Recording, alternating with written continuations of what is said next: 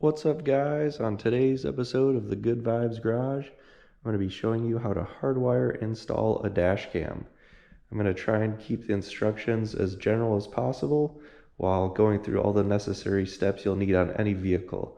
For this case, we've got a 2025 Chevy Blazer we just added to the fleet, and whenever I get a new car, one of the first things I like to do is put in a dash cam to help protect yourself in the case of an accident and possibly capture some crazy footage while out on the road. One of the reasons I like to hardwire the dash cam as opposed to plugging it into the cigarette lighter is hardwiring ensures it will stay powered in the case of a high-speed accident, and I think it's a cleaner install. It looks nice, and basically anytime you turn on the vehicle you can be guaranteed your dash cam is recording. Now I'm going to go over how to hook up your dash cam to a accessory powered fuse, meaning that when the car's off, the dash cam's off, and when the car's on, the dash cam's on. You can also choose to wire your dash cam to a always on fuse. I would not recommend this. That's relying on the low voltage protection within these cheap Chinese wiring kits, and you've got a high likelihood of draining your battery if your motion activated dash cam goes off, and then you'll have a dead car in the morning. You have to jump start it. That's never fun. I personally would recommend only using an accessory powered fuse. The add a fuse style wiring kits use these connectors that you plug in where the original fuse was into your fuse box. You plug that original fuse into the bottom slot, and then in parallel you've got a smaller fuse on top that's a 5 amp that will be connected to the 12 volt to 5 volt transformer that powers your dash cam. Step number 1 is going to be to locate your front instrument fuse panel. In the case of the Chevy Blazer, it's on the passenger side, but on my truck, for example, it was on the driver's side near the steering wheel. We can remove the fuse panel by taking a plastic trim tool and just prying it open. From there, we've got a few fuse panel locks to undo, and then we can take a look at the instrument fuse panel. With the fuse panel exposed, we can begin our second step of choosing what fuse to use. I would also recommend looking in your owner's manual to decide what fuse to use. For our case, my initial first pick was going to be fuse 37 that had auxiliary power. However, the add a fuse kit did not have that style of fuse, so I had to make a second choice. What I ended up using was fuse 24, the USB wireless charging fuse. I was able to test and verify that that is a fuse that only gets powered when the car is in accessory or run mode and is not powered when the car is off. To make that decision, I simply turned the car on, verified wireless charging worked, and noticed that when I turned the car off, the wireless charger no longer worked. Before on my truck, I've also used a multimeter or similar circuit testing tools where you can test out these fuses and verify which one is only powered under accessory power. Once again, we're going to be using F24 in the case of the Blazer. Step number 3 will be grabbing the fuse puller from its storage compartment here in the engine bay fuse box. You can skip this step if you already have a fuse puller handy. Since spacing's a little tight, I'm going to demonstrate how you pull the fuse.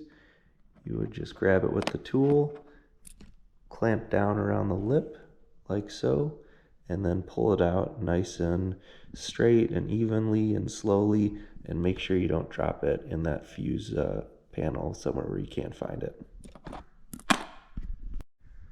With the bottom red 10 amp OEM fuse extracted, we can now reinstall the add a fuse back into the original slot F24 where we removed the red fuse.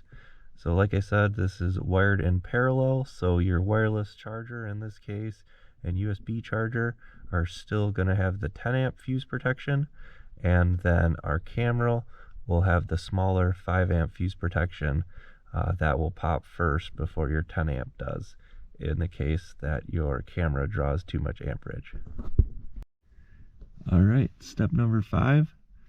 We've got that fuse, add a fuse, installed back into the original F24 slot. Step 6, we're going to be connecting the red power lead to our add a fuse, and then that will run into the 12 volt to 5 volt transformer that ends up powering our dash cam.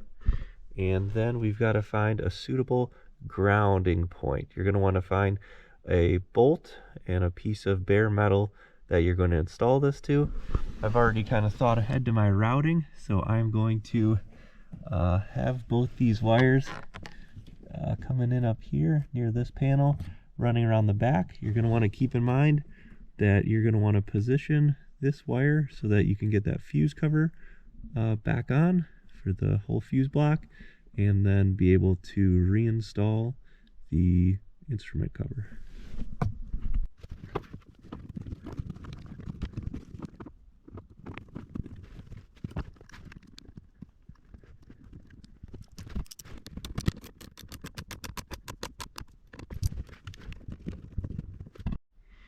So we've got our ground connected here, which is touching this bare metal, and then we've got the add a fuse tucked away back here. We're going to clean up this routing, but now is a great chance for step 7 to check that your dash cam has power and will power on.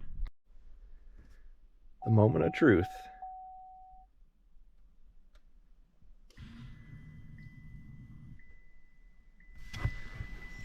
We've got accessory power, and our dash cam is running.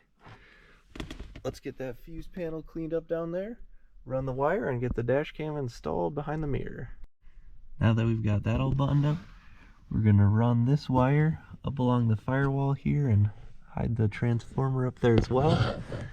We're going to bring it around here, tuck it into this weather strip, go up the weather strip, and then at this seam we could cut over and hide it behind the headliner here, and we'll have our power cord. We're going to want to finish the power cord dangling right about here, and then we'll attach the dash cam, and all we have to do is format it and be good to go.